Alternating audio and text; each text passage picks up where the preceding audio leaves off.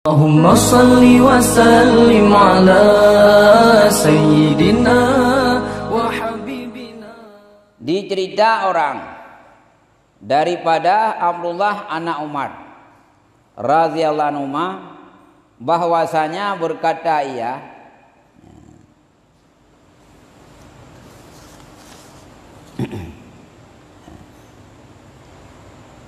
dicerita orang daripada Abdullah anak Umar radhiyallahu anhu bahwasanya berkata ia, bermula sabar satu saat itu terlebih daripada dunia dan barang yang di dalamnya.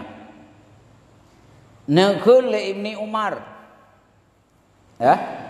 nakul Abdullah ibni Umar, tak sabar siat nyot lebih god dengan dunia dan barang yang dalam dunia.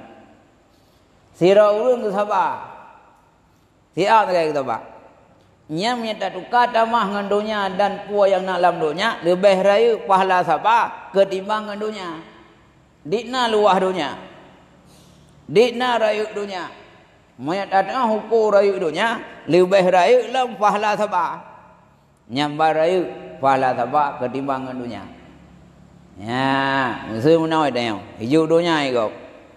Nah, orang lelaki pun sertifikat dunia tengok. Nya dunia nya kujuk kurau. Sertifikat itu siap teken. Sogot, gak sabar. Walau siat. Ya, kah? Letat pahala sabar ketimbang dunia. Ya, bang. Kah?